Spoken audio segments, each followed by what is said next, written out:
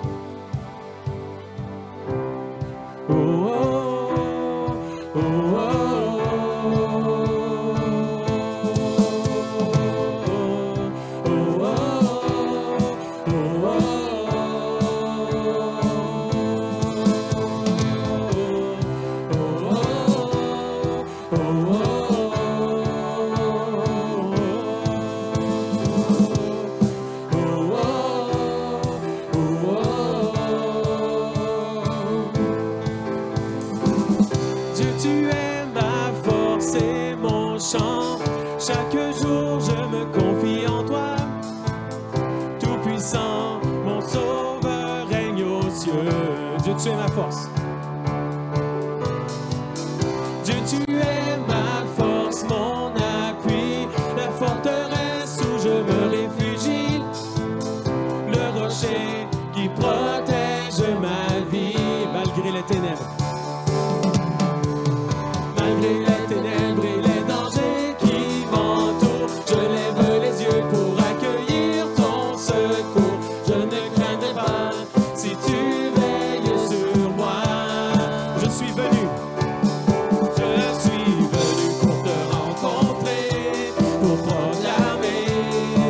que tu es fort et puissant, nul ne peut te résister, sois glorifié. Dieu, tu es fort et puissant, rien n'est impossible à toi, ô roi des rois. Dieu, tu es fort et puissant, au-dessus de tous les noms, nous déclarons que tu es fort et puissant. Oh, oh, oh, oh, oh. Dieu, tu es fort et puissant. Oh, oh, oh, oh, oh. Dieu, tu es fort et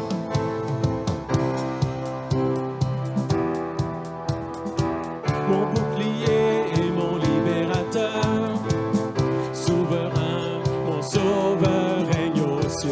Dieu, tu es ma force. Dieu, tu es ma force, mon appui, mon réconfort et mon plus tendre ami. Un rempart devant mes ennemis, malgré les ténèbres. Malgré les ténèbres et les dangers qui m'entourent, je lève les yeux pour affirmer ton amour. Je ne craindrai pas si tu es près de moi. Je suis venu pour te rencontrer, pour proclamer que tu es fort et puissant, nul ne peut te résister, sois glorifié. Dieu, tu es fort et puissant, rien n'est impossible à toi, ô roi des rois. Dieu, tu es fort et puissant, au-dessus de tous les noms, nous déclarons que tu es fort et puissant. Oh, oh, oh, oh, oh. Dieu, tu es fort et puissant. Oh, oh, oh, oh, oh. Dieu, tu es fort et puissant. Oh, oh, oh, oh, oh. Dieu, tu es fort et puissant. Oh, oh, oh, oh, oh.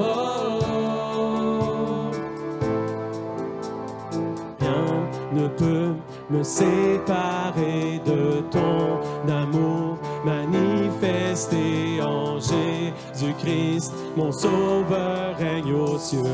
Rien ne peut. Rien ne peut me séparer de ton amour manifesté en Jésus-Christ. Mon sauveur règne aux cieux. Rien ne peut. Rien ne peut me séparer de ton amour manifesté en Jésus-Christ. Mon sauveur règne aux cieux. Rien ne peut, encore une fois. Rien ne peut me séparer de ton amour manifesté en Jésus-Christ. Mon sauveur règne aux cieux. Je suis venu pour te rencontrer, pour proclamer que tu es fort et puissant, nul ne peut te résister, sois glorifié. Dieu, tu es fort et puissant, rien n'est impossible à toi, ô roi des rois. Dieu, tu es fort et puissant, au-dessus de tous les noms, nous déclarons que tu es fort et puissant. Oh, oh, oh, oh, oh. Dieu, tu es fort et puissant. Oh, oh, oh, oh, oh. Dieu, tu es fort et puissant. Oh, oh, oh, oh, oh. Il est fort et puissant. Oh, oh, oh, oh, oh. Il est fort et puissant. Oh, oh, oh, oh, oh. Il est l'alpha et l'oméga. Oh, oh, oh, oh, oh. Dieu, tu es fort et puissant.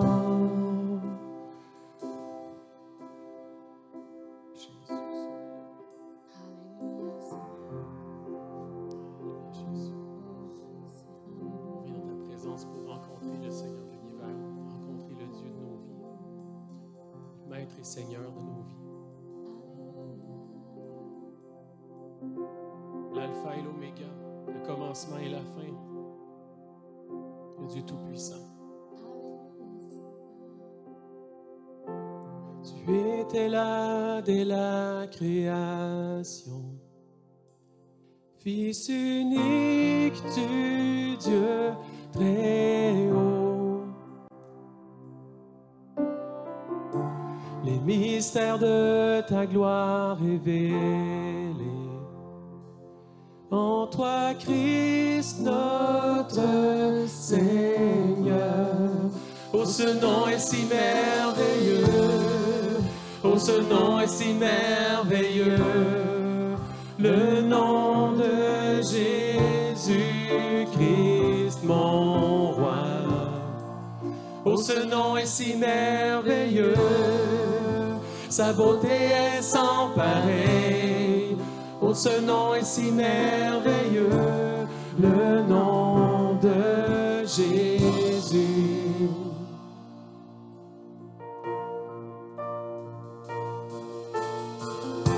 Tu n'as pas voulu les cieux sans nous. Alors Jésus, tu es venu. Ton amour a vaincu mon péché.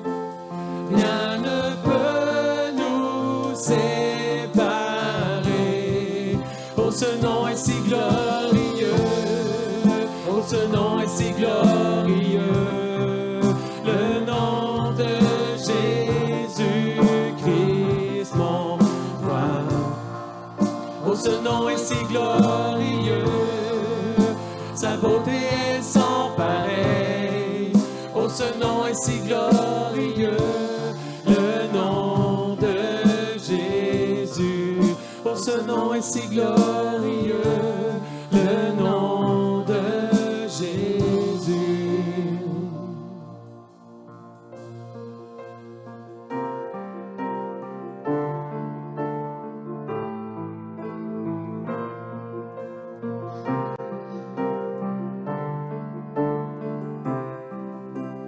La terre a tremblé, le voile s'est déchiré, désarmant la mort et le péché. Les cieux chantent ta gloire, l'écho de ta victoire, car tu es le roi ressuscité. La terre a tremblé, la terre a tremblé, le voile s'est déchiré, désarmant la mort et le péché. Les cieux chantent ta gloire, l'écho de ta victoire, car tu es le roi ressuscité. Oh, ce nom est victorieux. Oh, ce nom est victorieux. Le nom de Jésus-Christ, mon roi. Il est victorieux. Oh, ce nom est victorieux. Sa puissance est sans pareil. Oh, ce nom est victorieux. Le nom de Jésus. La terre a tremblé, le voile s'est déchiré, désarmant la mort et le péché. Les cieux chantent ta gloire, l'écho de ta victoire, car tu es le roi ressuscité.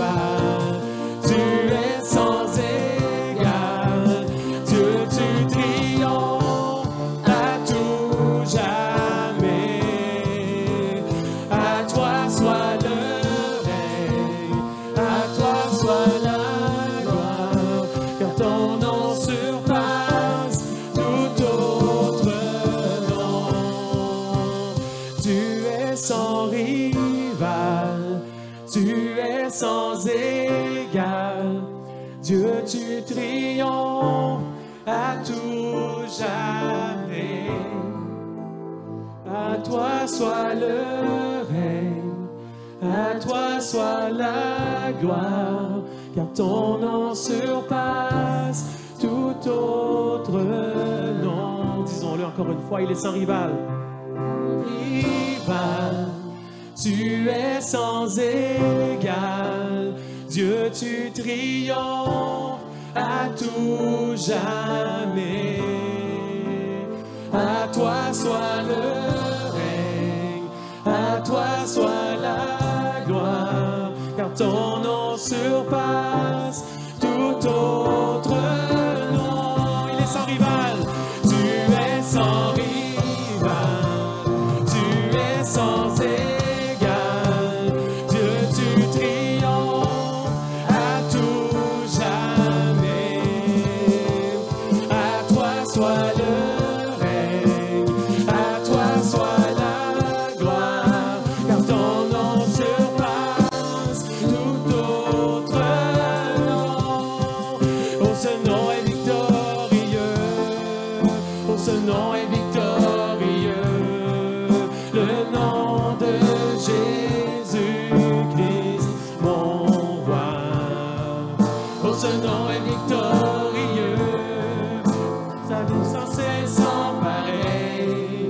ce nom est victorieux, le nom de Jésus.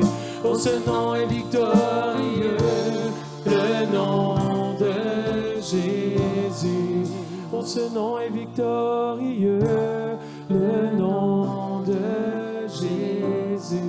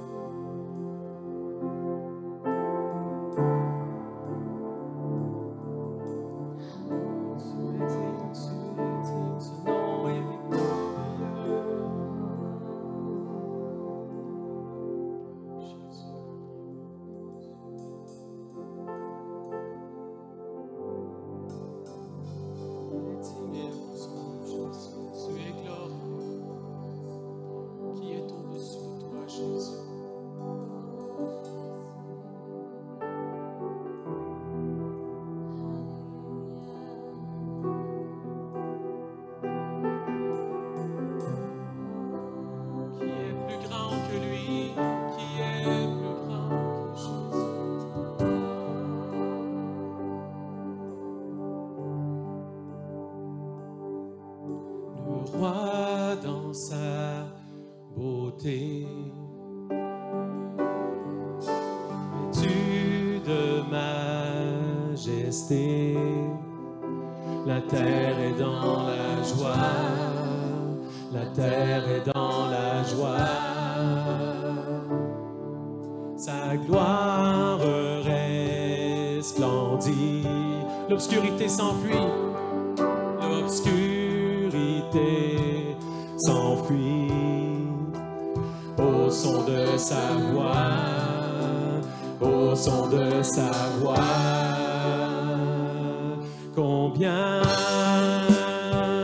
Dieu est grand, chantons-le combien Dieu est grand, et tous verront combien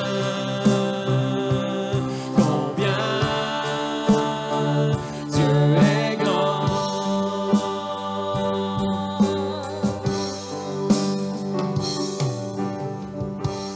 Jean Agile vit, le temps lui est soumis. Commencement et fin, commencement et fin, commencement et fin. Céleste Trinité.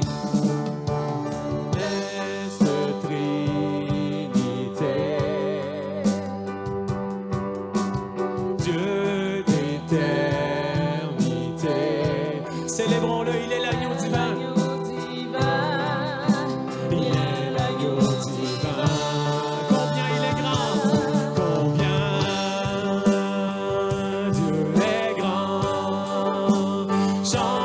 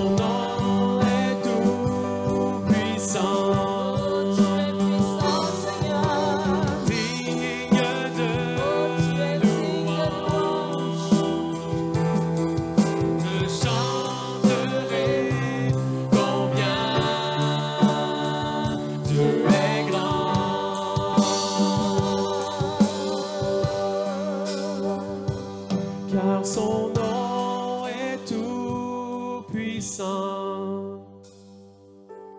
Il est digne de louange, c'est pourquoi je chanterai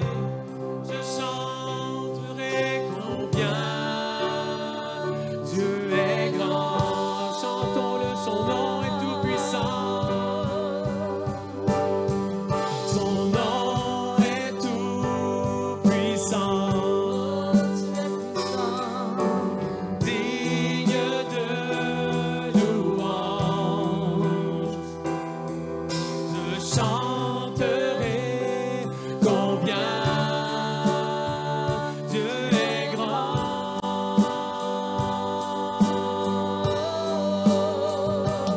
Combien Dieu est grand. Chantons-le combien Dieu est grand. Tous verront combien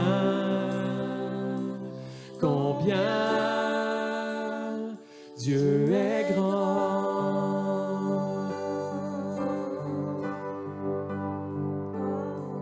Son nom est tout puissant.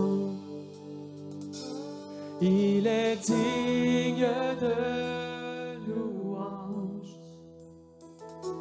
C'est pourquoi je chanterai combien tu es grand. Chantons-lui combien il est grand. Combien tu es grand. Chantons-le combien tu es grand. Tous verront combien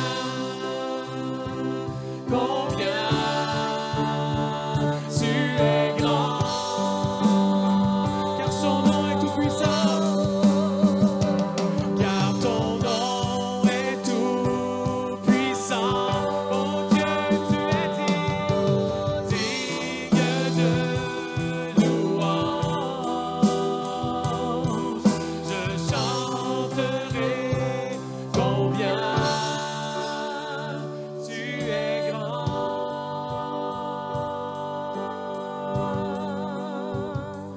Car ton nom est tout puissant. Tu es digne de louange. C'est pourquoi je chanterai à toi, mon Dieu. Je te chanterai combien tu es grand. Son nom est tout puissant. Car ton nom est tout puissant. Mon Dieu, tu es digne de louange. Je chanterai combien tu es grand.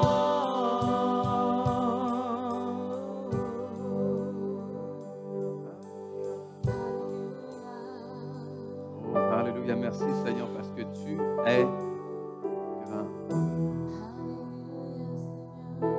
Et une dernière fois, j'aimerais qu'on chante tout doucement le refrain combien Dieu est grand.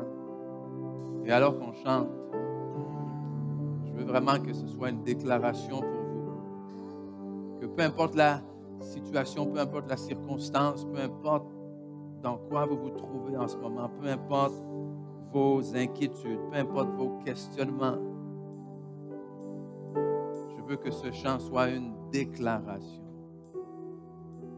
Une déclaration de la grandeur de Dieu. Mais une façon de déclarer également que Dieu est infiniment plus grand que ce qui vient contre vous. La Bible nous dit que celui qui habite en moi est plus comment? Est plus grand que celui qui est dans le monde. Est plus grand que peu importe ce qui peut venir contre moi. Est plus grand que ce qui m'inquiète en ce moment. Est plus grand que ce qui m'assaille en ce moment. Est plus grand que ce qui essaie de me mettre à terre en ce moment. Est plus grand. On peut traduire est plus fort. et plus sage, et plus équipé, et plus glorieux, et plus éternel. Amen. Alors chantons-le ensemble combien tu es grand ce matin.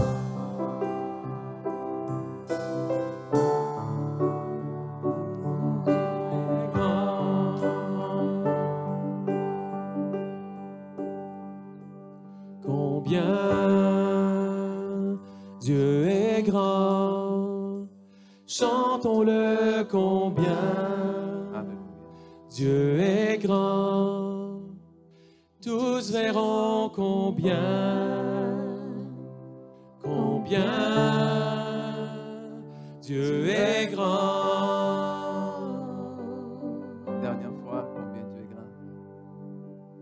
Combien Dieu est grand, chantons-le combien. Dieu est grand, et tous verront combien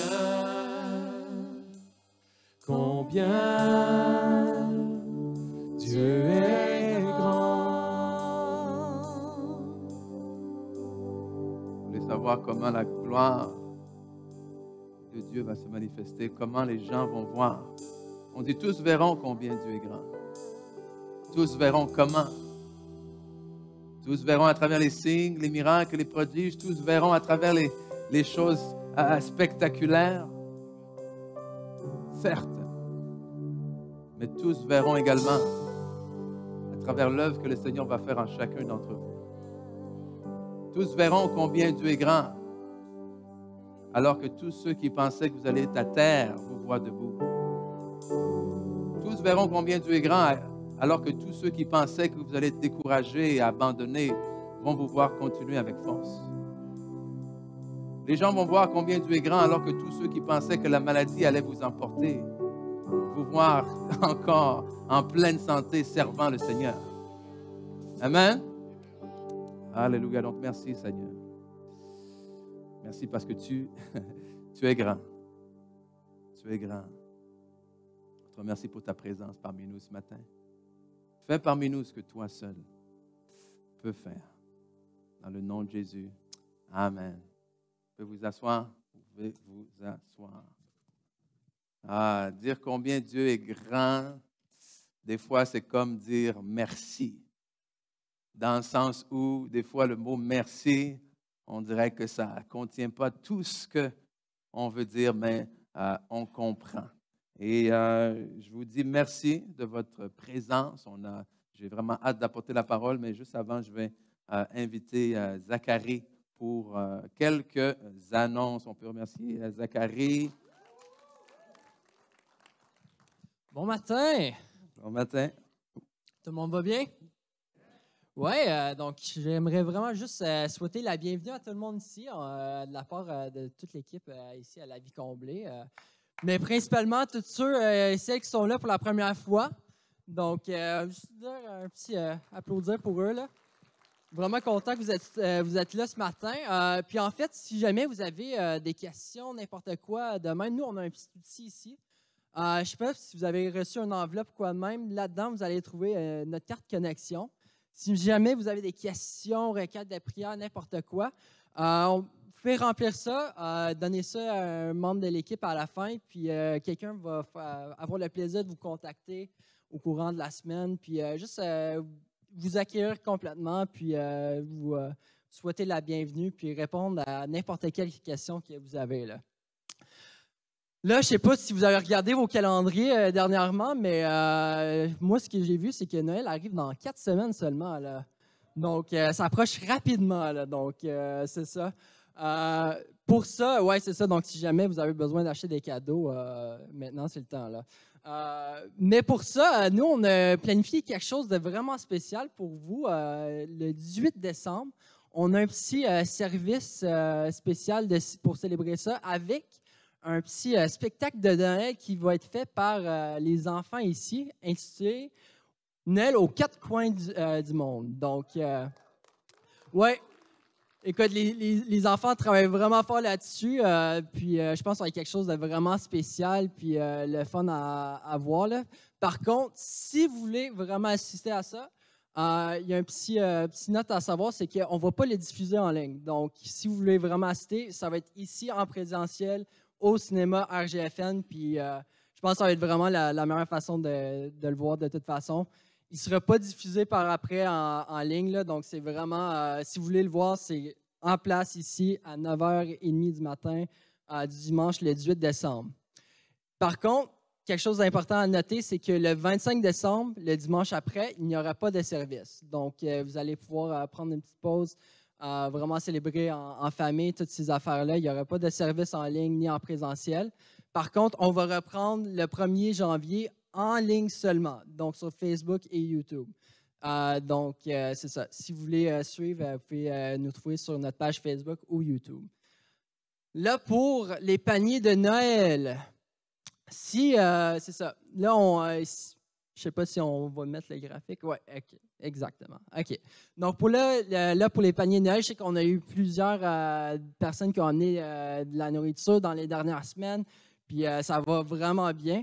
Je sais que si jamais vous êtes quelqu'un, par contre, qui présentement, vous êtes dans une situation financière qui est un petit peu plus difficile ou vous connaissez quelqu'un dans une situation de même, qui pourrait bénéficier d'un panier de Noël avec de la nourriture, toutes ces affaires-là pour les temps des fêtes.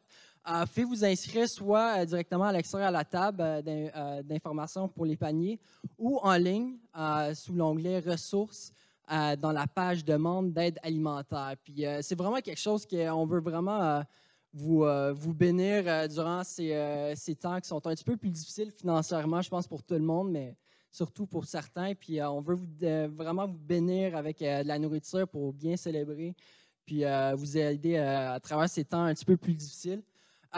Puis là, si jamais vous êtes quelqu'un qui voulait bénir quelqu'un d'autre avec la nourriture, notre défi cette semaine, c'est des boîtes de biscuits sucrés, des petits paquets de jus pour les lunchs, toutes ces affaires-là, et des sacs de sucre. Donc, vous allez pouvoir amener ça, et ça uniquement. Parce que là, si vous amenez d'autres choses, on ne va pas les accepter parce qu'on veut vraiment avoir tout ce qu'on a besoin. Là. Donc, c'est ça. Dernière annonce, Mercredi Connexion, on reprend encore cette semaine. Ça va être mercredi le 30 novembre à 7h. Pour ceux qui ne savent pas, c'est quoi les Mercredis Connexion? C'est juste un temps de partage où on va avoir un petit message. Quelqu'un de l'Église va amener un petit message pour 20-30 minutes.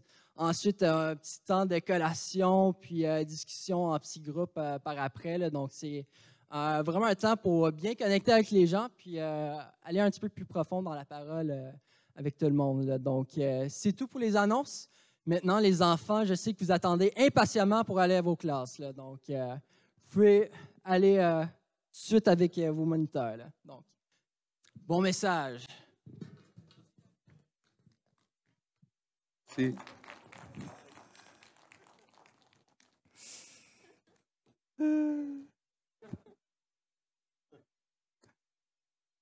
Est-ce qu'on peut remettre l'image du spectacle des enfants?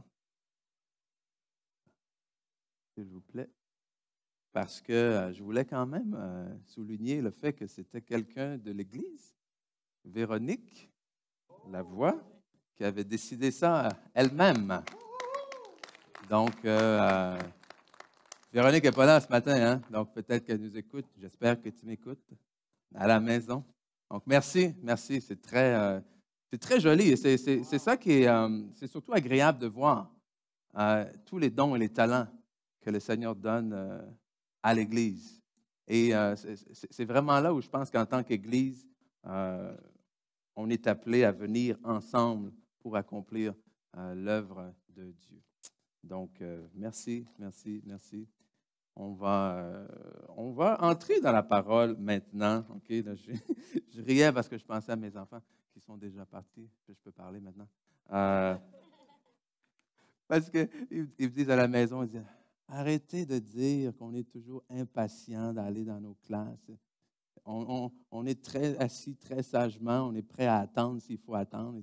Donc, arrêtez de dire ça. Donc, on va dire, arrêtons de dire ça. C'est bon? Oh, my. Vous êtes prêts à recevoir la parole ce matin? OK.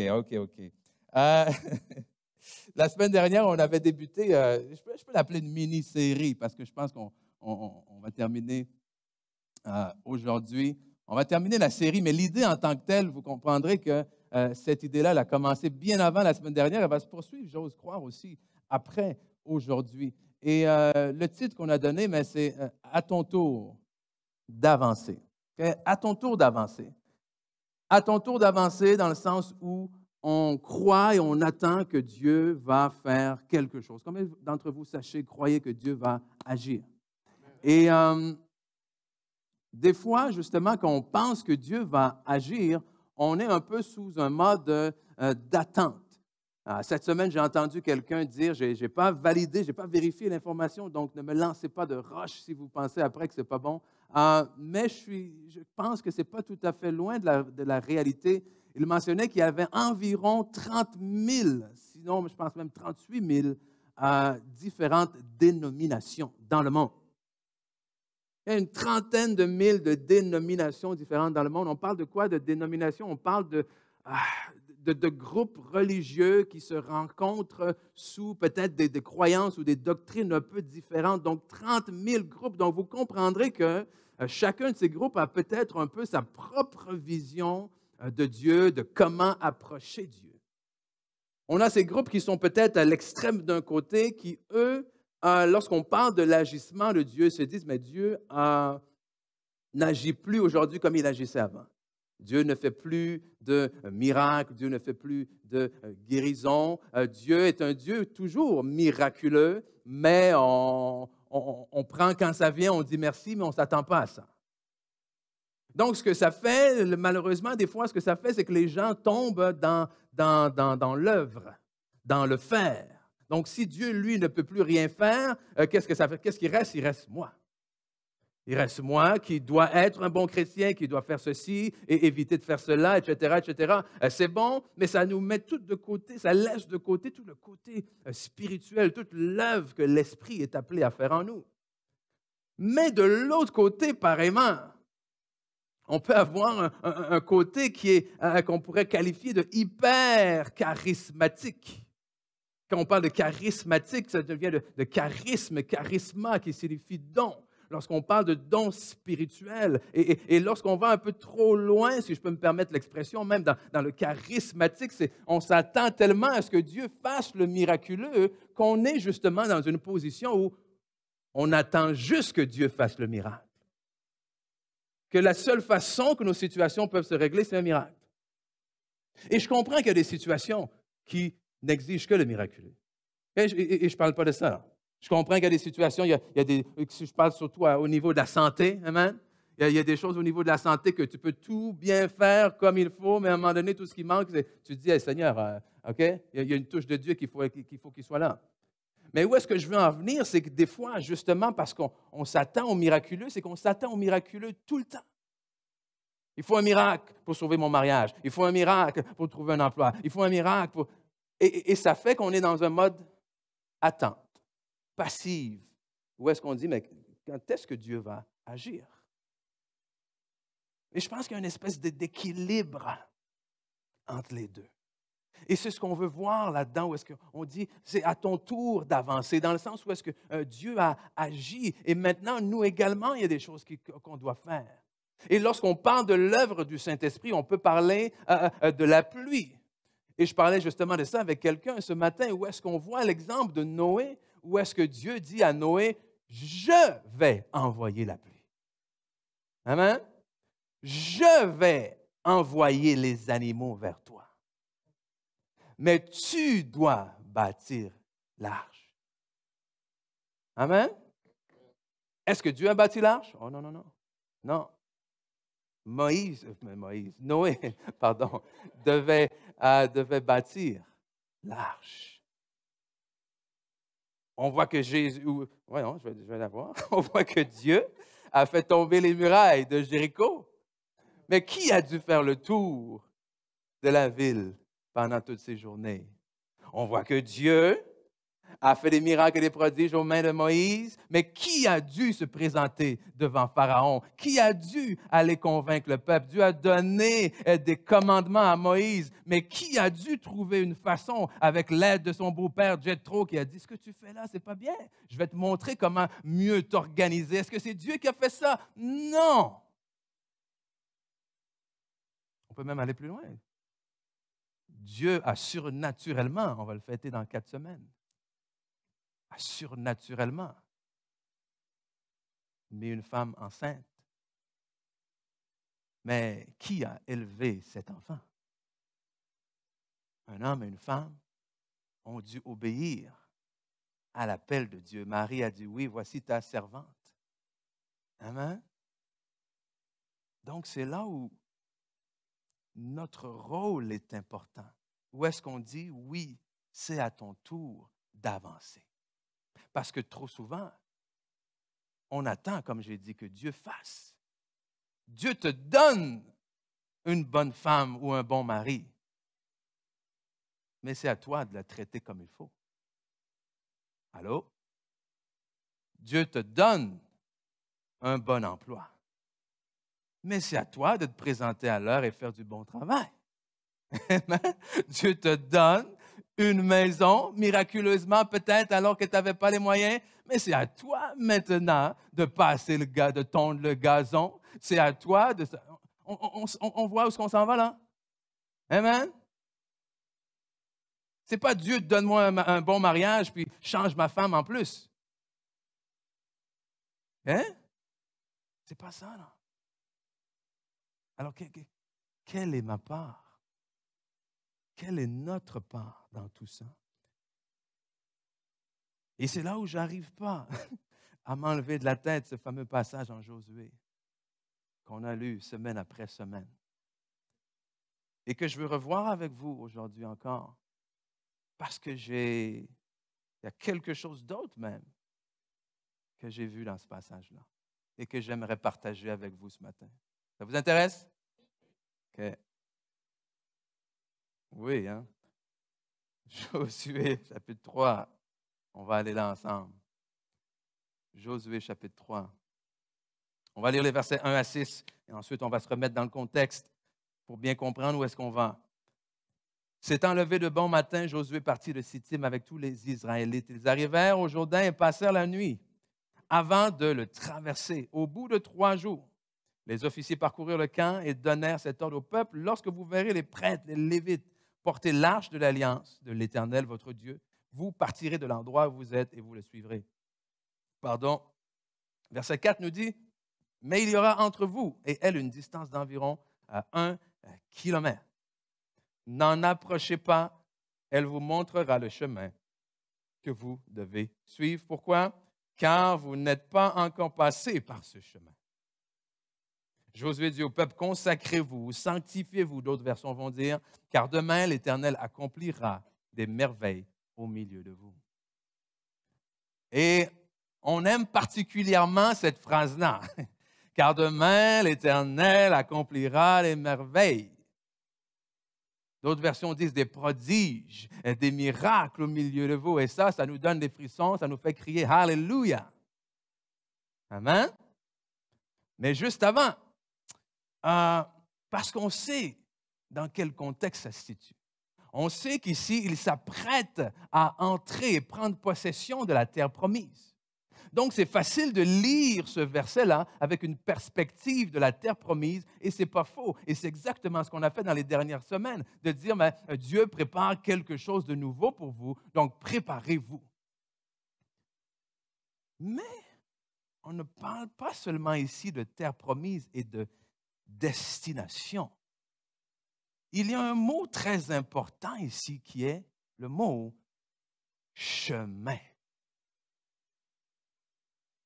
C'est-à-dire que non seulement vous apprêtez-vous à habiter quelque part où vous ne vous avez jamais habité, mais vous vous apprêtez à passer par un chemin où vous n'êtes jamais allé. Un chemin n'est pas une destination, n'est-ce pas? Un chemin, c'est une route qui nous amène vers quelque part.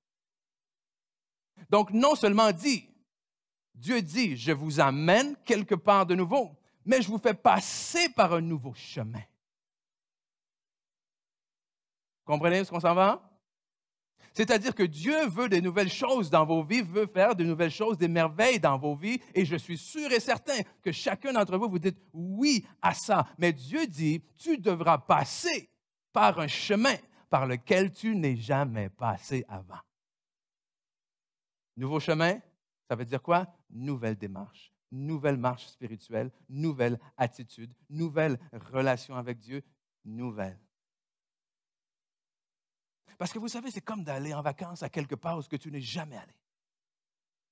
Si tu pars en vacances quelque part où tu n'es jamais allé, les chances sont fortes que tu devras emprunter un chemin que tu n'as jamais emprunté avant.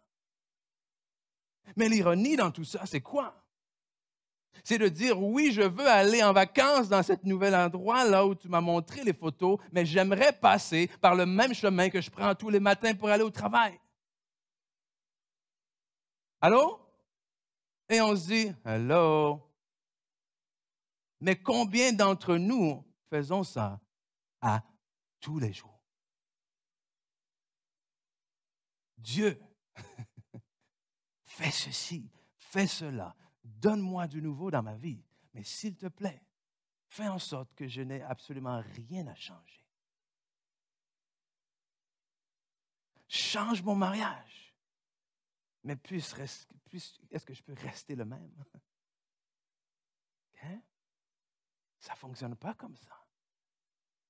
Oh oui, je veux te donner quelque chose de nouveau. Mais tu devras emprunter des chemins différents, des décisions différentes, des relations différentes, je ne sais pas. Albert Einstein, vous connaissez Albert Einstein? A dit ceci. Nous ne pouvons résoudre les problèmes difficiles que nous rencontrons en demeurant au niveau de réflexion où nous nous trouvions lorsque nous les avons créés. Je relis. C'est quand même Einstein, il faut réfléchir un peu pour comprendre. Hein? Okay?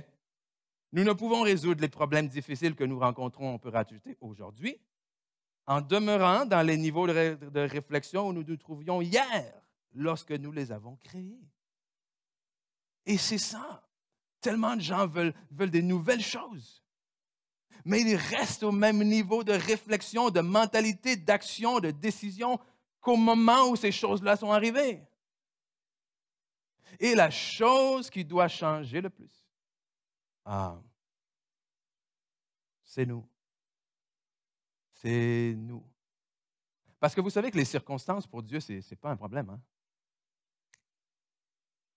Se trouver un emploi pour Dieu, ce n'est pas un problème. Arranger les choses qui ne vont pas dans ta vie, l'extérieur pour Dieu, ce n'est pas un problème. Celui qui est en nous est plus grand que celui qui est dans le monde.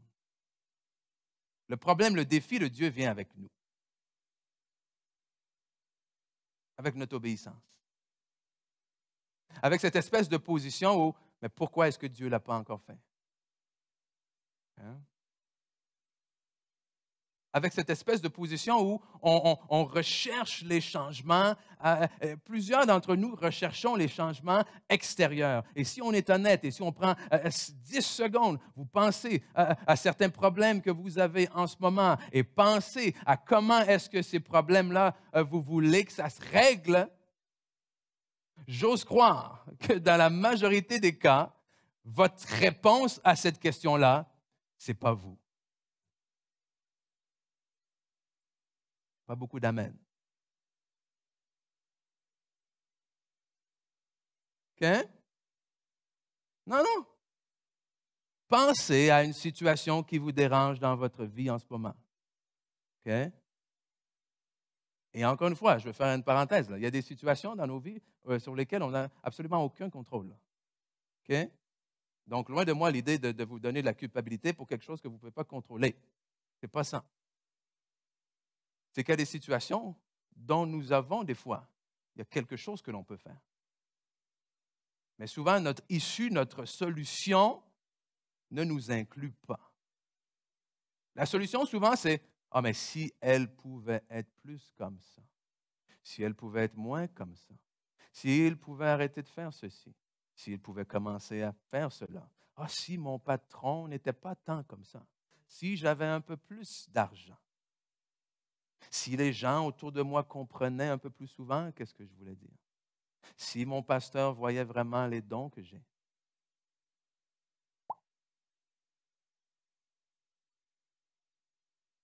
Et dans tout ça, vous n'êtes jamais impliqué. Jamais. Ça reste des changements extérieurs, des changements esthétiques qui font du bien pour un temps. OK? Mais c'est comme d'aller au garage parce que tu entends un bruit bizarre dans ta voiture. OK, c'est très bizarre, OK? Je ne sais pas, ça peut être quoi. Mais, et là, tu vas au garage, puis le garagiste dit, ah, on a passé 2-3 heures à regarder, on ne trouve rien. Mais tu sais quoi? On va toute la repeinturer.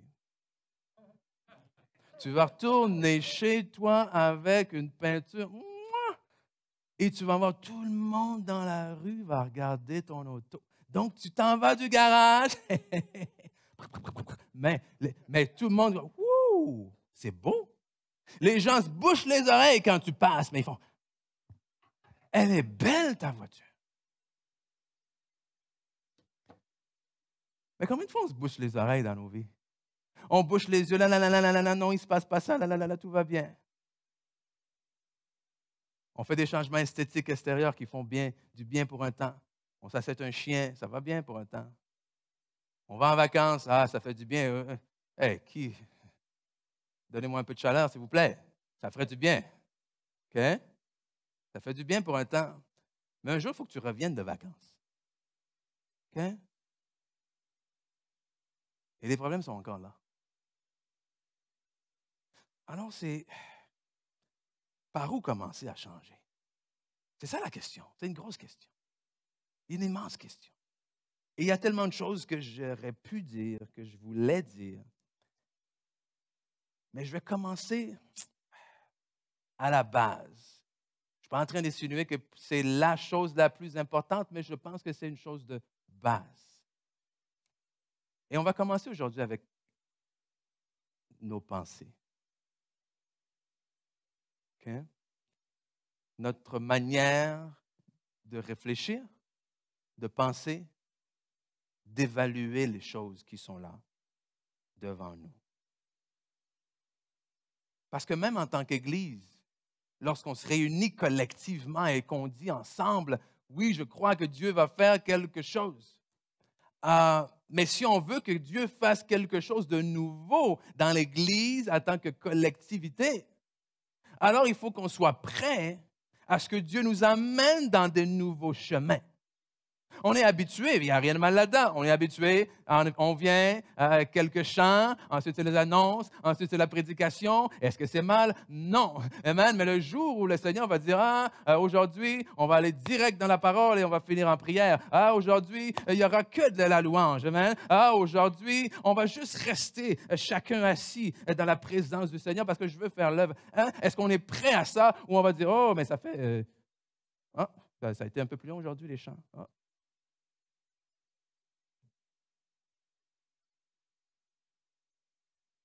OK? Hey, encore une fois, il n'y a rien de mal là-dedans. Mais le 3/4 d'entre nous, on s'assoit aux mêmes places à tous les dimanches. Pourquoi je dis ça? Juste pour nous montrer à quel point on est quand même des gens. Pourquoi je vais changer de place? Tu comprends? J'ai choisi cette place-là, je l'aime bien, je vais la garder. Mais si on pousse à l'extrême, c'est ça aussi. On ne se rend pas compte qu'il y a des choses où est-ce qu'on. J'aime pas ce mot-là, mais des fois, on est comme programmé. Et sans s'en rendre compte, c'est quand et Dieu essaie de faire quelque chose de nouveau, puis non, ça ne fonctionne pas. Et le problème, c'est ça. Le problème, c'est que si on ne change pas de l'intérieur, Dieu peut bien changer l'extérieur de nos vies. Si tu n'aimes pas ton emploi, mais que le problème, c'est toi, Dieu peut bien te donner un nouvel emploi, mais ça va prendre seulement quelques semaines avant que tu te fasses mettre dehors encore. Si le problème, c'est que tu n'es pas ponctuel, est-ce que tu penses que tu vas être plus ponctuel parce que tu changes d'emploi? Si le problème, c'est parce que tu ne respectes pas l'autorité, est-ce que tu penses que tu vas respecter plus? Non. Et c'est arrivé combien de fois, ça? Parce que vous savez que lorsque notre focus est juste sur l'extérieur, là, qu'est-ce qui arrive? Ça change pour un temps, on est bien. Mais ce n'est pas très long avant qu'on trouve d'autres choses à regarder, desquelles on n'est pas satisfait. Dieu veut nous changer. Il veut nous changer pour qu'on soit capable d'être comme l'apôtre Paul qui dit, j'ai appris à vivre dans n'importe quelle situation. Dans l'abondance comme dans la disette, ça ne me dérange pas. Et on aime citer ça. Je puis tout par celui qui me fortifie. Mais quand tu dis je puis tout, et c'est là, ça termine après que Paul dit, OK, dans le manque comme dans l'abondance, ça va. Pourquoi? Parce que je puis tout par celui qui me fortifie. Mais pourtant, nous, quand on est dans le manque, oh, Dieu était celui qui pourvoit. Pourquoi tu ne pourvois pas? Mais Paul a dit, dans le manque aussi, ça va. Comment est-ce qu'il peut expérimenter le manque s'il sert celui qui pourvoit? Okay? C'est là, des fois, notre théologie. Okay? Dieu pourvoit tout ce que Paul a besoin pour accomplir son appel. Hein? Ça ne nous dit pas qu'il n'y aura jamais des problèmes. Hein? Ça nous dit que toute chose concourt au bien de ceux qui aiment Dieu. Qu'est-ce que la Bible nous dit à propos des pensées? Romains chapitre 12. C'est bon, vous êtes là? Romains chapitre 12, verset 2. Version parole vivante, simplement parce qu'il y a certains mots clés que j'aime bien ici, qui, je trouve, nous aident à peut-être mieux comprendre l'idée. Même si vous l'avez dans une autre version, c'est tout aussi bien. Romains chapitre 12, verset 2, nous dit, ne vous coulez pas simplement dans le moule de tout le monde. Ne conformez pas votre vie aux principes qui régissent le siècle présent. Ne copiez pas les modes et les habitudes du jour. Mais laissez-vous plutôt entièrement transformer par le renouvellement de votre mentalité. Adoptez une attitude intérieure différente. Qu'est-ce qu'il dit à propos des pensées? Donnez à vos pensées une nouvelle orientation afin de pouvoir discerner ce que Dieu veut de vous. Ainsi, vous serez capable de reconnaître ce qui est bon à ses yeux, ce qui lui plaît et qui vous conduit à une réelle maturité. Donnez à vos pensées une nouvelle orientation. Qu'est-ce que ça fait? Wow! Transformer mes pensées, littéralement ici, selon ce qu'on vient de lire. Transformer mes pensées transforme ma vie. Amen? Transformer mes pensées, ma façon de réfléchir, d'analyser les choses, fait quoi? M'aide à marcher dans la volonté de Dieu. Ça veut dire pour que vous puissiez discerner ce que Dieu veut de vous. Est-ce qu'il y a des gens qui se demandent des fois qu'est-ce que Dieu veut d'eux? Okay? Plus on change nos pensées, plus on met nos pensées en accord avec la parole de Dieu, plus on arrive à discerner la volonté de Dieu. Changer nos pensées, notre attitude intérieure. Mais ça commence par l'intérieur, justement. Okay? C'est cette transformation-là qui commence par l'intérieur. Puis il y a des choses sur lesquelles je pense qu'on doit changer notre façon de voir, changer notre façon de penser. Il faut changer notre façon de voir Dieu. Il faut changer notre façon de voir Dieu, il faut changer notre façon de nous voir nous-mêmes, et il faut changer notre façon de voir les circonstances. Parce que notre perception de qui est Dieu va déterminer ce qu'on va croire recevoir de Dieu. Okay? Ça va influencer ce que je reçois de Dieu ou non. Si pour moi, Dieu est un Dieu sévère, qui punit, qui me donne tout ce que je mérite, ma vie de prière va être tout à fait différente. Okay? Changer ma perception de Dieu, changer ma perception de moi-même.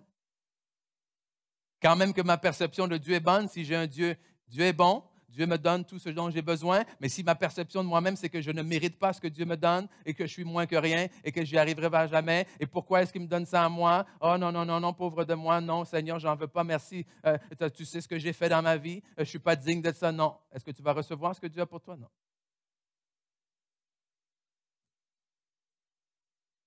combien sont pris dans ce piège? Moi? Et tu sais, juste pour vous enlever un peu de pression, parce que moi aussi, je me suis déjà dit souvent cette question, Seigneur, pourquoi moi? Mais j'ai l'impression, la réponse est, ben, ça n'a rien à voir avec toi. Allô? Pourquoi moi? Et inconsciemment, en tout cas, pour moi, quand je pose la question, pourquoi moi? C'est parce que j'ai envie d'entendre, justement, pourquoi moi? Ah, toi, ben oui, qui d'autre aurait pu choisir que toi? Hein? Ken, sérieusement, tu t'es regardé? Tu es tellement bon, tu es tellement grand, tu es tellement capable. J'ai regardé tout le monde d'autres autour, il n'y avait que toi. OK, c'est bon, c'est bon. Je ne demandais pas autant, Seigneur. Ça n'a rien à voir avec toi. Amen. Dieu distribue ses dons dans le corps comme il le veut. Donc, si tu l'as, ça n'a rien à voir avec toi. Et si tu ne l'as pas, ça n'a rien à voir avec toi. Alors, arrête de te comparer aux autres. Si Dieu avait voulu te le donner, il te l'aurait donné. Mais la réalité, c'est qu'il t'a donné quelque chose. Alors, arrête de convoiter ce que les autres ont et demande au Seigneur de t'illuminer par rapport à ce que toi, tu as. Et comment est-ce que tu peux le mettre en action? OK? Et il faut changer notre perception aussi des circonstances, la manière dont on voit nos circonstances. On y a touché en parlant de l'apôtre Paul. Comment est-ce qu'on analyse ce qui nous arrive? Écoute, on a trop de journées de montagnes russes là, dans nos vies chrétiennes. Il m'arrive quelque chose de bien, Dieu est bon. Il m'arrive quelque chose de mal, Dieu, où es-tu? Tu m'as abandonné. Il fait beau, je me lève le matin, il fait beau. Ah, ça va être une bonne journée. Il pleut le matin, encore. Vous riez parce que vous savez que c'est vrai.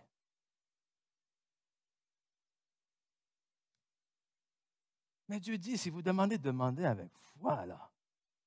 Arrêtez de demander constamment, balloter tout le temps. Un jour, je crois, l'autre jour, je ne crois pas. Un jour, ça va. Un jour, je sais que Dieu habite en moi. L'autre jour, c'est est-ce qu'il m'a délaissé?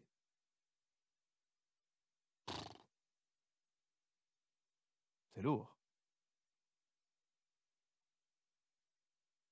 Il faut changer notre perception, notre mentalité, nos pensées par rapport à ces choses-là. Mais comment est-ce qu'on y arrive? Ce n'est pas si simple, hein? Je vous l'accorde. Il y a une citation que je ne sais pas exactement elle est de qui, je l'ai vue dans plusieurs livres, différents écrits, qui va comme suit. Qui sème une pensée, récolte une action. Qui sème une action, récolte une habitude. Qui sème une habitude, récolte un caractère, et qui sème un caractère, récolte un destin. On commence à penser, et on finit avec destin. Hein, Romains 12, 2 nous a dit quoi? Change tes pensées, change ta vie. Et c'est littéralement ça qu'on parle ici. Sème une pensée, sème un destin. Tu veux changer la direction? Tu veux changer la direction de ta vie? Commence par changer la direction de tes pensées. Parce que honnêtement, dans la plupart des cas, quand tu fais du counseling ou tu rencontres des gens qui vivent des choses difficiles, 9 cas sur 10, ils n'ont pas la bonne façon de penser. Ils n'ont pas la bonne façon d'évaluer leur situation. Et ils n'ont surtout pas la bonne façon de parler à propos de leur situation. Parce qu'ici, on dit « sème une pensée ». C'est intéressant. C'est intéressant parce que dans la parole, il y a cette loi-là de la semence, ou loi de la récolte, peu importe comment vous voulez l'appeler. La loi de la semence, qui stipule en fait que quoi? Tu récoltes ce que tu sèmes. Hein? C'est une loi biblique. C'est une loi même universelle, je dirais. Et quand on dit tu récoltes ce que tu sèmes, on l'emploie souvent dans le genre de dire « Ah, je te l'avais dit, tu as récolté ce que tu sèmes », un peu négativement. Ce n'est pas 100% faux. Mais la loi de la semence, c'est surtout au fait que si tu sèmes des tomates, tu récoltes des tomates. Si tu sèmes des carottes, tu récoltes des carottes. Et ça, c'est lorsque Dieu a créé les choses. Il a dit, chacun se reproduit selon sa semence. Ça signifie quoi? Où est-ce qu'on veut aller maintenant avec les pensées? Ça signifie que ce que tu vas semer comme pensée, tu vas récolter de la même nature que cette pensée-là en bout de ligne. Qui a déjà passé toute une nuit ici à s'inquiéter et qui s'est levé le lendemain matin? Wouh! Ah! Je suis en pleine forme, let's go!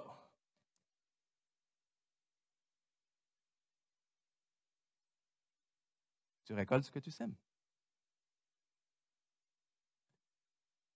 Proverbe 30-32 nous dit, si l'orgueil te pousse à des actes de folie, écoute bien, si l'orgueil te pousse à des actes de folie, et si tu as de mauvaises pensées, mets la main sur ta bouche.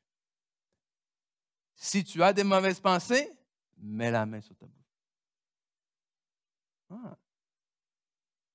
Si tu as des mauvaises pensées, mets la main sur ta bouche.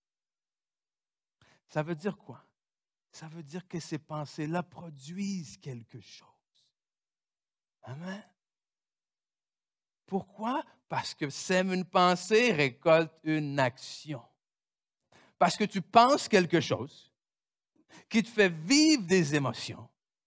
Et suite à ces émotions, tu arrives à une conclusion qui t'amène à une action. Mais si tes pensées sont mauvaises, comment est-ce que si tu entretiens ça, ton action peut être bonne ou logique ou quoi que ce soit? Ça ne peut pas créer. Tout se reproduit selon sa semence, selon sa même nature. Une mauvaise pensée ne peut que donner quelque chose de la même nature.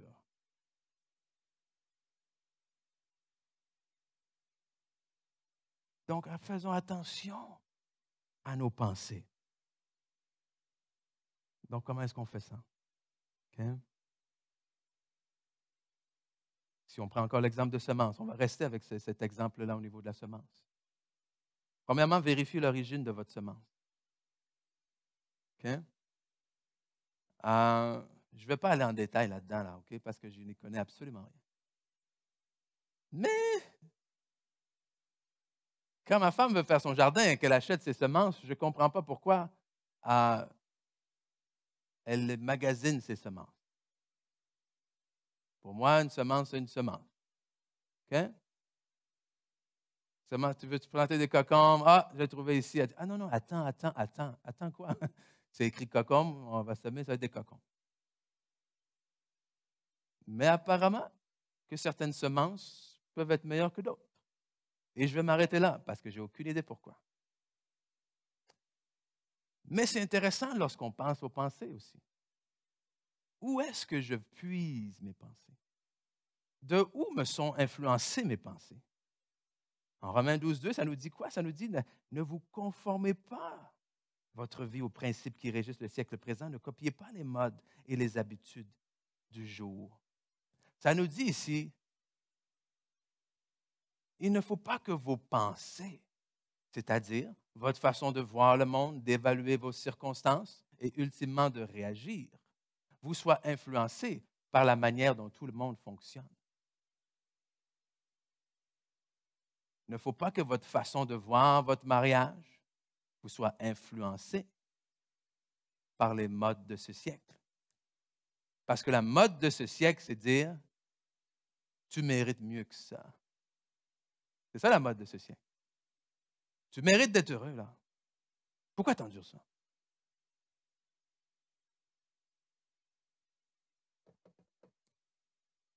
La mode de ce siècle, c'est quelqu'un un jour qui vient me voir pour me partager justement qu'il vivait une situation dans son mariage. Et il m'a dit, je suis allé voir le psychologue. Mais il m'a dit quelque chose qui, je pense, ne faisait pas de sens. Et l'homme vient me voir parce que, écoute, il est honnête, il est franc, il a dit, il y a quelqu'un à mon travail et on commence à avoir des rapprochements beaucoup plus sérieux que je voudrais. Rien ne s'est passé encore. Mais vous savez, hein, le péché, ça commence où? OK? Il n'a juste pas encore été consumé, mais Jésus a dit, si tu regardes une femme juste pour la convoiter, tu as commis l'adultère. Mais bref. Il dit, je suis allé, il dit, et j'ai comme ces envies-là. Il dit, mon psychologue m'a dit, vas-y. Il m'a dit, fais-le. Il dit, arrête de te tourmenter. À chaque fois que tu la vois, tu te retiens. Il dit, vas-y, fais-le. Aie des rapports avec elle. Et comme ça, après, tu vas avoir l'esprit plus clair. Tu vas pouvoir... Hello? Oh, ben, ça ne serait pas si drôle si ce n'était pas si pathétique. Ah. Ça, c'est se couler dans les modes de ce siècle. Mais l'image du mariage de Dieu, ce n'est pas ça. OK? Donc, quand on parle d'où vient ta semence pour gérer tes relations de couple, d'où vient ta semence pour gérer tes choses personnelles, d'où vient ta semence pour gérer des choses de famille, d'où vient ta semence pour gérer les situations qui peuvent se passer dans ton église, ou peu importe, d'où vient ta semence, c'est-à-dire où est-ce que tu vas acheter tes directives, où est-ce que tu vas acheter ton influence, où est-ce que tu vas chercher, est-ce qu'il moule ton mode de pensée, est-ce que c'est dans le monde ou est-ce que c'est dans la parole? Est-ce que la majorité de tes conseils viennent de principes du monde ou de la parole? Comprenez-moi bien, il y a énormément de principes du monde qui sont bons. D'ailleurs, avant de rencontrer le Seigneur, j'ai lu un livre un jour qui parlait de la pensée positive. Mais, et ultimement, ça disait, pense et crois très, très, très, très fort que tu peux avoir quelque chose, puis tu vas l'avoir. Mais je n'avais aucune idée, je ne connaissais pas la Bible encore. Mais le jour où j'ai commencé à lire la parole, je me suis dit, waouh, quel culot! C'est de prendre un principe biblique, de l'arracher de la parole, de se l'approprier, de dire, hey, je n'ai pas besoin d'un Dieu, je vais créer moi-même ma vie, je vais moi-même penser fort, fort, fort, fort à ce que je veux, et je vais l'avoir. Mais c'est le principe de la foi. Amen. Donc, c'est là où je dis, c'est pas mal d'aller puiser dans les principes du monde, parce qu'il y en a beaucoup qui sont inspirés de là. Mais assurez-vous, justement, que ça soit en accord avec la parole de Dieu lorsque vous l'appliquez. Okay? Donc, surveillez où vous allez puiser, chercher votre semence. Hein? La Bible nous dit, hein, la foi vient de ce que l'on entend, et ce que l'on entend vient de la parole de Christ. Ensuite, dans quelle sorte de terre vous semez votre semence? Okay? Et quand je parle de terre ici, je parle de cœur. Je vais parler de cœur. Dans quelle situation? Parce qu'on comprend, on a des pensées. Et ma question, c'est dans quel état est-ce que cette pensée vous trouve? Parce qu'on se comprend que tout dépendamment de comment je me trouve en ce moment, une pensée qui va arriver n'aura pas nécessairement le même effet. Je m'explique. Hier, pas plus tard qu'hier, ma femme revient à la maison et il y avait une moufette dehors. Okay? En avant. Elle est là, elle est dans la cour de la maison et elle m'appelle. Je dis, pourquoi tu m'appelles? Tu es là juste dehors. Elle dit, ouvre la porte en arrière parce qu'il y a une moufette en avant. OK. Donc, j'ouvre la porte, elle passe par derrière. Et là, elle dit aux enfants, regardez, il y a une moufette. Et là, je ne sais pas pourquoi elle a fait ça, mais ça a créé un vent de panique. Là, j'ai dit, c'est de convaincre les moufettes parce que là, excusez-moi l'emploi du terme, là. Est-ce qu'il y a un autre terme? Est-ce qu'il y a un terme scientifique pour expliquer qu'est-ce qu'ils font, là? OK, je vais dire, ils font pipi, OK? Et là, j'ai dit, les moufettes ne peuvent pas faire pipi à travers les fenêtres, les portes et les murs. Elle a dit, barrez la porte. J'ai dit, oui, c'est vrai. Les moufettes sont reconnues pour être capables d'ouvrir les portes.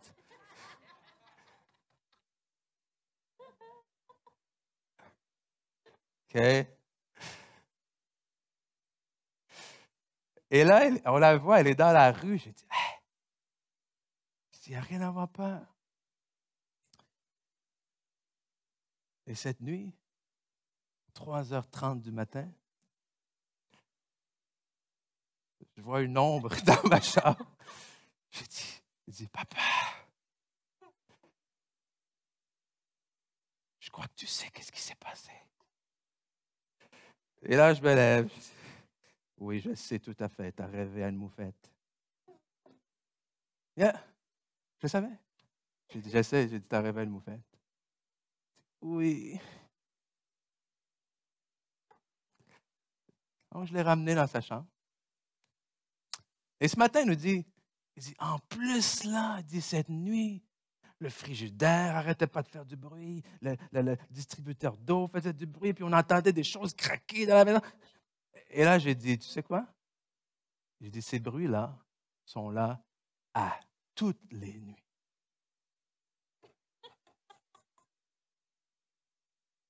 Mais qu'est-ce que ces bruits, cette nuit-là, ont trouvé dans ton cœur?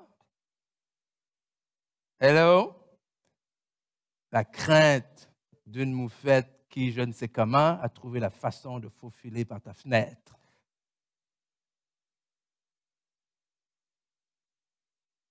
Yeah. Oh, il y a des bruits tout le temps la nuit dans ma maison. Tout le temps. Le frigidaire fait du bruit, le congélateur fait du bruit. Il y a du bruit constamment, mais cette nuit-là, le bruit, c'était la moufette. Il y a toujours du bruit autour de nous. Toujours, toujours. Il y a toujours quelque chose qui se passe autour de nous. Mais le bruit qui nous atteint dépend souvent de comment se trouve mon cœur à ce moment. Si mon cœur est plein d'inquiétude et j'entends et j'écoute les nouvelles, ça ne vient pas aider. Okay? Si mon cœur est plein d'amertume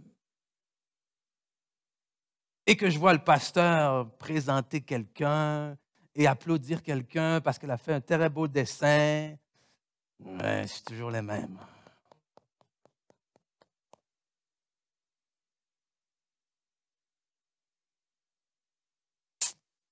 Désolé si c'est ce que vous êtes dit.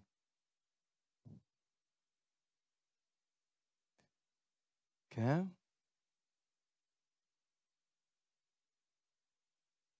Alors, si Dieu me fait la plus belle des promesses, mais que mon cœur est déjà dans le découragement, c'est mes mauvaises pensées qui vont faire en sorte de produire un fruit différent que ce que Dieu m'avait pourtant promis. Et dans le même élan, je dis, Dieu, pourquoi? Vous comprenez? Ça, c'est la recette pour la frustration. C'est la recette pour la frustration spirituelle. C'est d'un côté dire Dieu, pourquoi? Et de l'autre côté, ne pas avoir nos pensées transformées et semer constamment des pensées négatives. Semer des pensées négatives, ultimement, ça fait quoi? Semer des pensées négatives, ça sort des paroles négatives. Oh oui, pensée négative égale confession négative. Confession, c'est quoi? C'est déclarer. Tantôt, quand on a fait la louange, qu'est-ce que je vous ai dit? Déclarez dans vos situations que Dieu est grand. Amen. Confessez que Dieu est grand. Alors que lorsque vous laissez envahir les pensées négatives, qui ultimement, ce qu'on fait, c'est quoi? Oh, ben je ne sais pas si. Oh, déjà. Est-ce qu'on se condamne pour dire ça? Non, on a tous des moments de faiblesse. Vous savez déjà quand on est fatigué, hein, on dirait que quand on est plus fatigué ou quoi que ce soit, boum, on attrape plus facilement les virus. Là. Mais c'est pareil. Le lion rôde, ou plutôt le diable rôde comme un lion. Il cherche qui va dévorer. Il nous cherche dans les moments de faiblesse. Et il faut faire attention parce que si on entretient toujours des mauvaises pensées ne peuvent pas, je vous le dis, impossible d'avoir tout plein de mauvaises pensées et de produire de l'autre côté des bonnes confessions. Parce que si vous entretenez des mauvaises pensées, vos bonnes confessions, ça va être juste du paraître. Oui, je crois, non, Dieu va faire. Hey, j'ai confiance, oui. Plus grand est celui qui est dans moi que celui qui est dans le monde. Je suis plus que vainqueur en celui qui m'a aimé. Et là, je suis la tête et non la queue. Je puis tout par celui qui me fortifie. Mais ici, c'est qu'est-ce que je vais faire? Et si ça ne marche pas? Et si la moufette réussit vraiment à ouvrir la porte? Ça fait qu'on ne dort pas. Ça fait qu'on ne dort pas. Alors qu'en Christ, nous devrions retrouver le repos.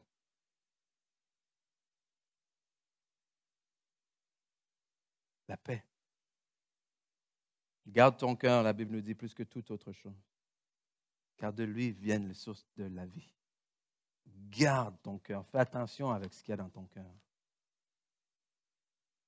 Donc, on vérifie la source, où est-ce qu'on l'achète, l'origine. On vérifie où est-ce qu'on la plante, la bonne terre. On peut penser à la parabole du semeur aussi.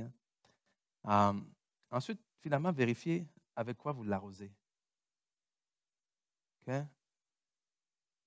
Parce que pour produire du fruit, cette semence doit être entretenue, n'est-ce pas? Et on doit l'arroser. Mais vous l'arrosez avec quoi? Okay? Philippiens 4, versets 6 à 8.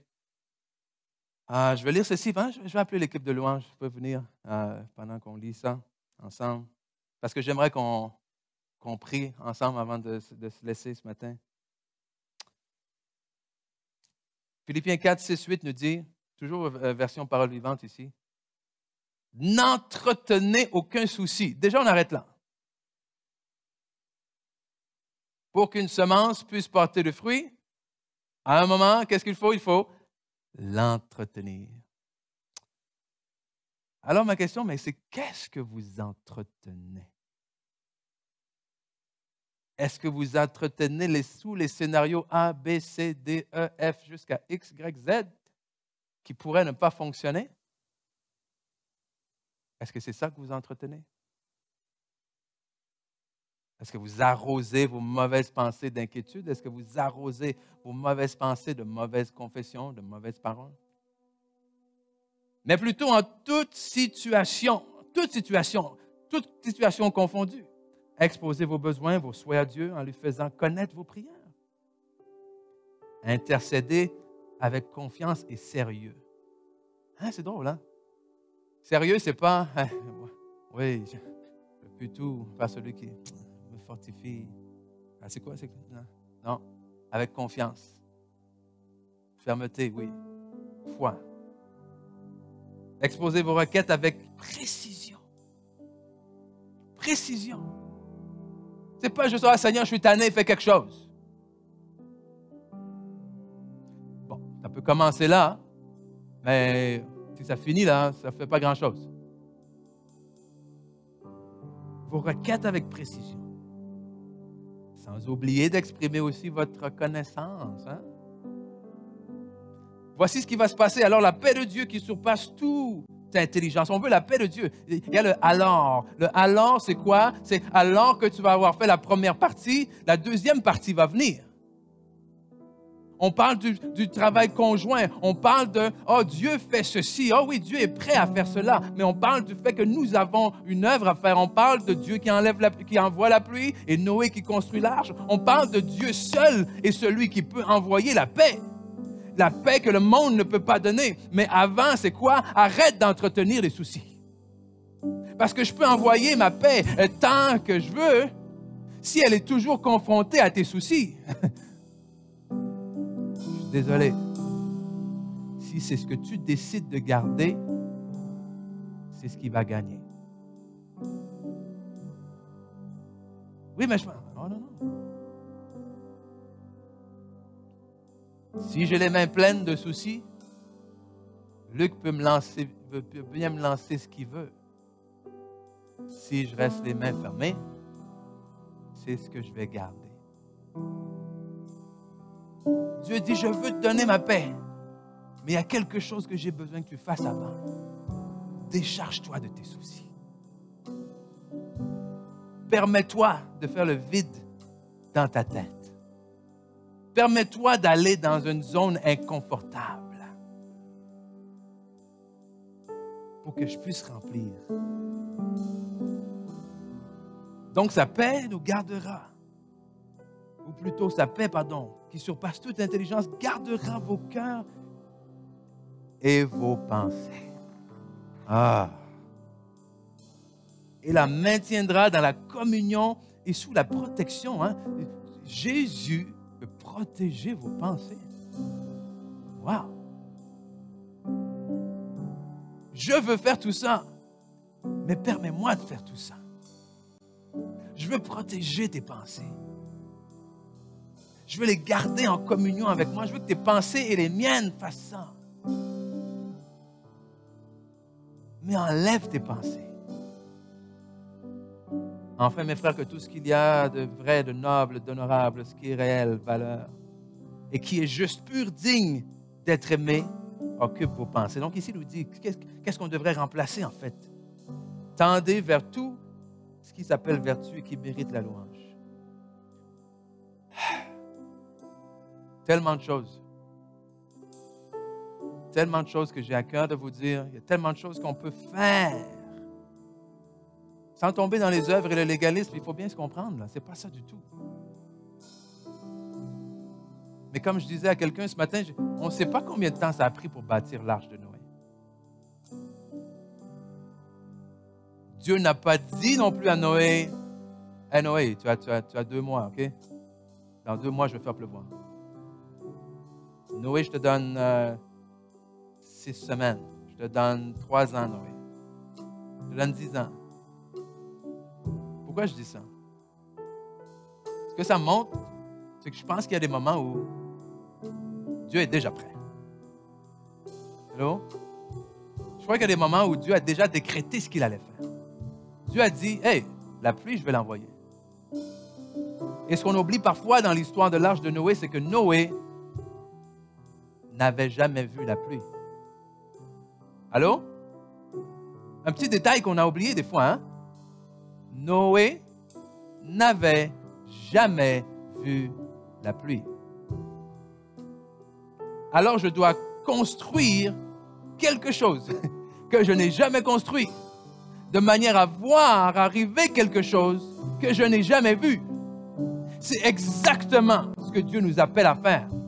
Si on veut voir Dieu faire des choses dans nos vies qu'on n'a jamais vu arriver, il va falloir être prêt à dire, Seigneur, me voici, me voilà et utilise-moi d'une façon et d'une manière que je n'aurais jamais pu croire que tu m'utiliserais.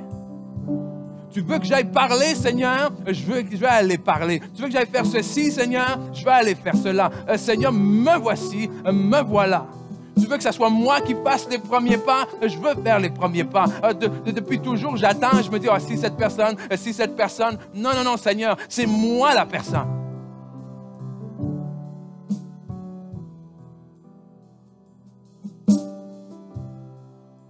Vous savez ce qu'on dit? On le dit souvent, hein? Si on fait toujours les choses que l'on a toujours fait, on va avoir les résultats qu'on a toujours eus. OK? C'est pas... Il n'y a rien de mystique là-dedans, là.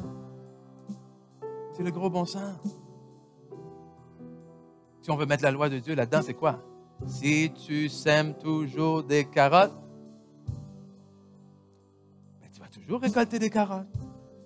Si tu sèmes toujours des mauvaises pensées, tu vas toujours récolter de l'inquiétude. Si tu sèmes toujours de l'orgueil, tu ne vas jamais récolter ce que tu veux. Parce que l'orgueil, quoi? Précède la chute. Donc, si tu veux être élevé aux yeux de Dieu, tu ne peux pas marcher dans l'orgueil. Parce que tu récolteras ce que tu auras semé.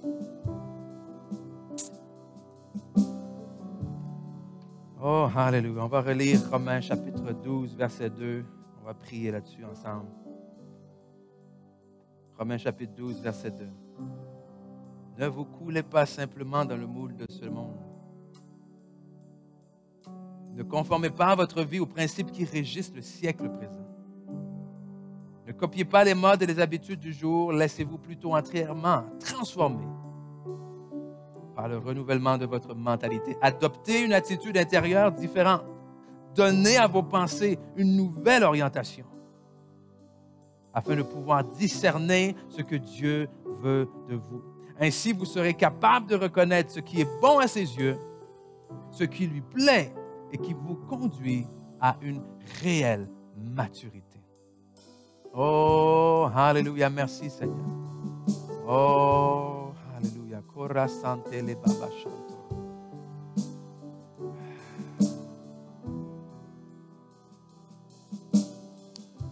Oh, Seigneur, je te prie pour chaque personne ici ce matin.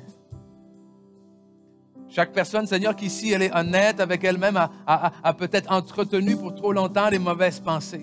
Et si on est honnête, Seigneur, même moi, ça nous arrive tous d'être assaillis parfois par des mauvaises pensées. Seigneur, par des pensées qui ne sont pas en accord avec ta parole, par des pensées de défaite, Seigneur Dieu, par des pensées d'abandon, de déprime ou peu importe, Seigneur, par des pensées négatives, Seigneur Dieu. Mais tout ce que tu fais et tout ce que tu donnes, toi, est bon. Seigneur, on veut te renouveler dans notre intelligence, Seigneur. Oui, on vit dans ce monde, mais nous ne sommes pas de ce monde. Nous sommes participants de ta nature, Seigneur, enfants du royaume des cieux. Seigneur, et on veut que ce soit ce royaume, les lois de ce royaume, Seigneur, qui régissent nos vies. On veut avoir la pensée de Christ. On veut penser aux choses d'en haut, Seigneur, et non pas aux choses d'en bas. On veut aller puiser, Seigneur, l'origine de nos semences dans ta parole, en toi, Seigneur, parce que la semence de ta parole est déjà destinée à porter du fruit. C'est une semence qui ne peut être corrompue. Oh, alléluia, Seigneur. Alléluia, Seigneur. Oh, alléluia. Oh, merci, Seigneur.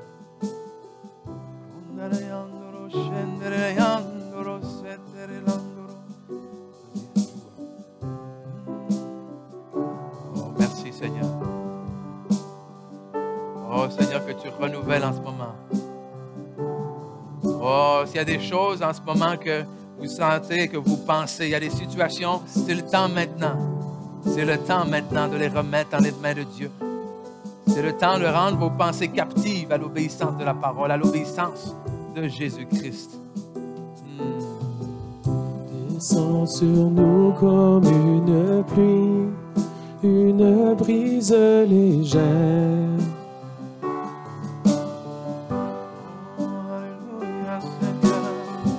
De la douceur de ta présence, ta nuée nous entoure. Alléluia, merci Seigneur pour la foi qui nous entoure. Descends sur nous comme une pluie, une brise légère.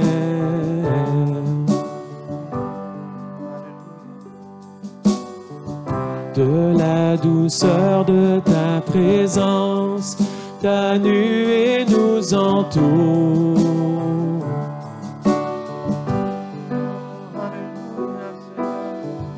Descends sur nous comme une pluie, une brise légère.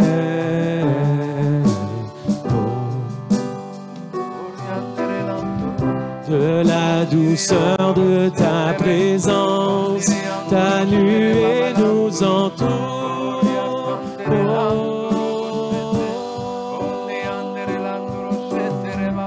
Descends sur nous comme une pluie, une brise légère.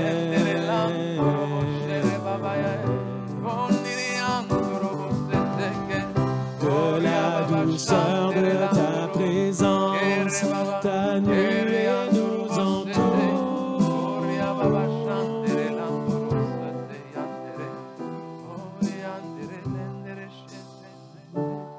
Oh, alléluia, Seigneur. Oh, merci, Seigneur. Oh, niandro scendere la toto sete. Oh, niriandere scendere.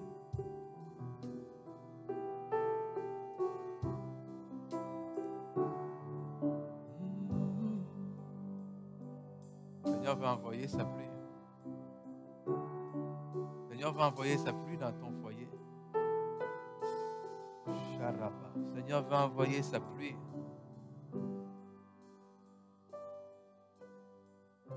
C'est celui qui doit bâtir l'arche chez toi.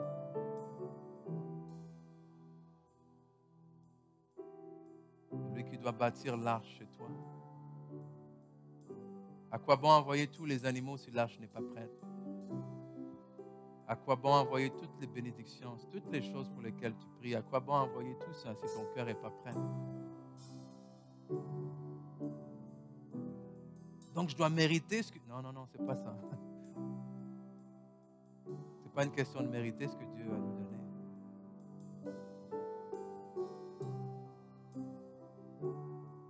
C'est une question d'être un vase, une outre prête à recevoir le vin nouveau. Parce que la parole de Dieu ne nous dit-elle pas que si on met le vin nouveau dans les anciennes outres, qu'est-ce qui arrive?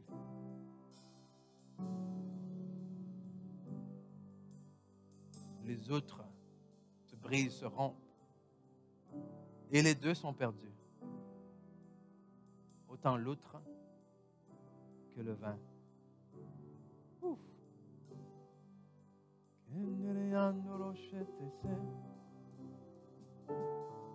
Il y a une préparation de cœur. On ne veut pas se retrouver à gaspiller la bénédiction de Dieu et se retrouver, nous, de l'autre côté, déprimés, découragés, perdus, confus. Qu'est-ce qui s'est passé, Seigneur?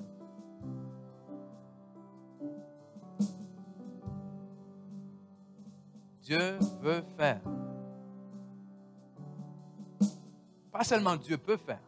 Écoutez-moi bien. Dieu veut faire de grandes choses. Dieu veut faire de nouvelles choses. Et ce n'est pas juste à cause de vous. Amen. C'est à cause de son nom. On l'a chanté ce matin, il est grand. Alors il dit, hey, je veux faire des grandes choses. Parce que c'est qui je suis. Je veux briser les limites dans ta vie. Parce qu'il y a un monde qui a besoin de voir un grand Dieu.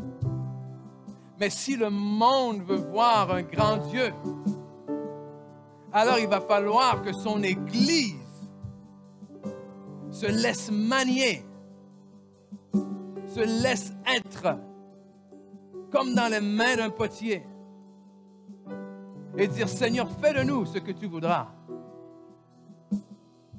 Parce que maintenant, l'important, ce n'est pas moi. L'important, c'est que ta gloire soit manifestée. Et je sais très bien que si ta gloire traverse à travers moi, alors il va y avoir un assez grand résidu pour moi de ta gloire, amen, pour régler toutes les choses qui ont besoin d'être réglées dans ma vie. La vie chrétienne n'est pas une vie égoïste. Il faut arrêter d'aller à l'église toujours et seulement juste pour nos propres besoins. OK? Demandez. Vous ne recevez pas parce que vous ne demandez pas. Vous ne recevez pas parce que vous demandez mal. Pour des mauvais motifs, pour des motifs égoïstes. Cora Santo, nous avons tout pleinement en lui.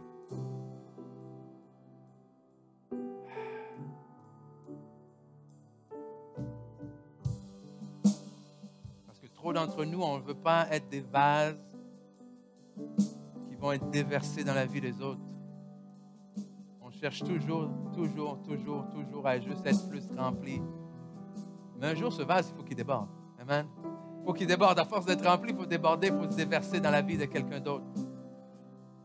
Le monde a besoin de nous. Oui, mais le monde, je pensais que le monde avait besoin de Jésus. Oui, exactement. Le monde avait besoin de Jésus, donc Dieu a mis enceinte une femme. OK? Un être humain. Le Le peuple d'Israël avait besoin d'un libérateur, il a envoyé Moïse. Le peuple avait besoin de quelqu'un pour les délivrer de l'ennemi, il a envoyé David. Hein? Et je vous dis aujourd'hui, le Seigneur a besoin de vous. Le Seigneur a besoin de vous.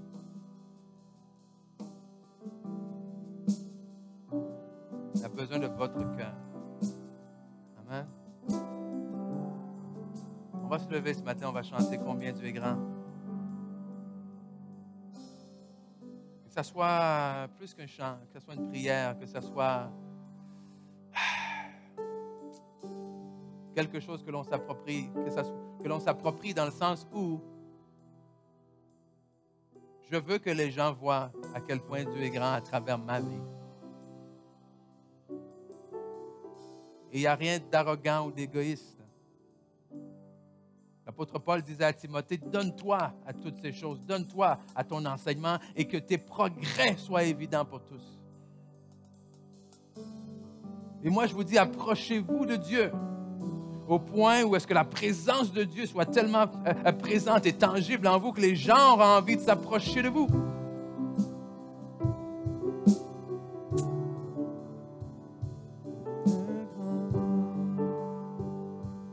Alléluia, Seigneur.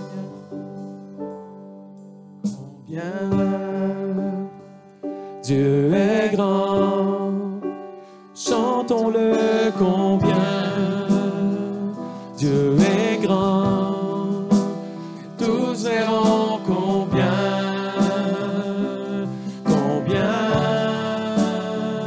Dieu est grand.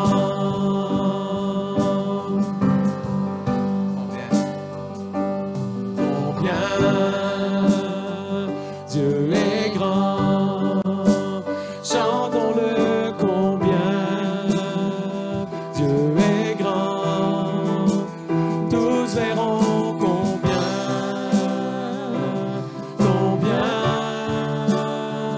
Dieu est grand. On va le faire d'abord très doucement, très solennel. Combien Dieu est grand, chantons-le combien Dieu est grand, tous verront combien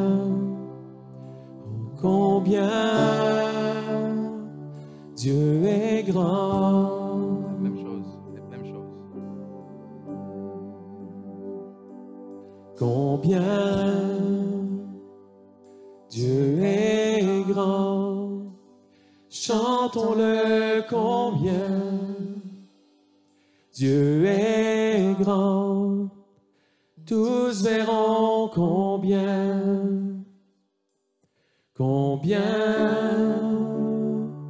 Dieu est grand. Et là, on va terminer sur une note de victoire. Amen. Son nom est tout puissant. Et on monte ça. Car son nom est tout puissant. Il est digne de louange. Je chanterai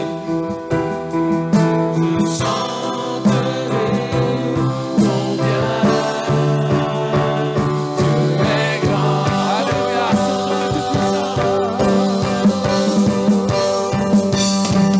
Son nom est tout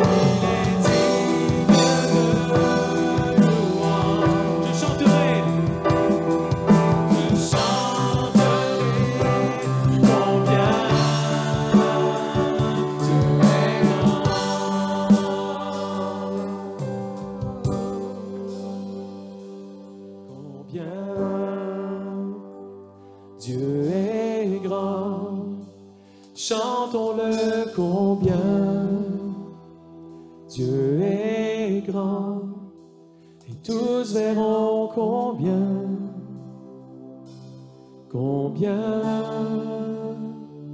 Dieu est grand. Alléluia, oh, alléluia. Merci Seigneur, merci pour ta grandeur. Merci pour qui tu es. Merci pour ta fidélité, Seigneur. Que tu nous vois avec nos faiblesses, Seigneur, avec nos limitations, Seigneur, mais avec toi, il n'y a rien d'impossible.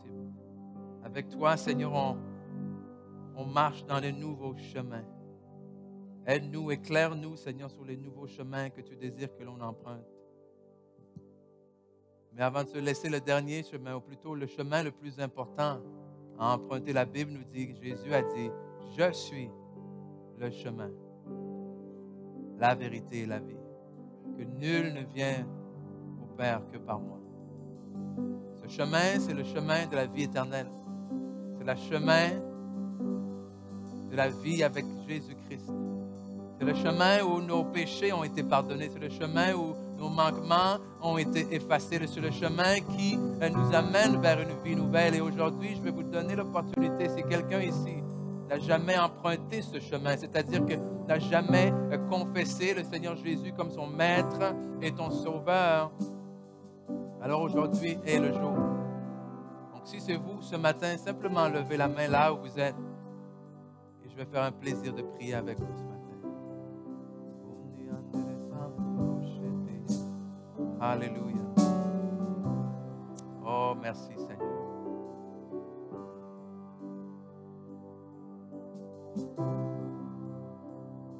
Alors, on va terminer en disant ceci ensemble, très simple, très court, mais je veux que ça soit très fort et très senti, comme on a lu, avec confiance et avec sérieux. On va dire simplement, Seigneur. Okay, là, vous savez ce qu'on va dire, vous allez dire plus fort. Seigneur, glorifie-toi dans ma vie. Amen. That's it. Bonne semaine tout le monde. Bye bye.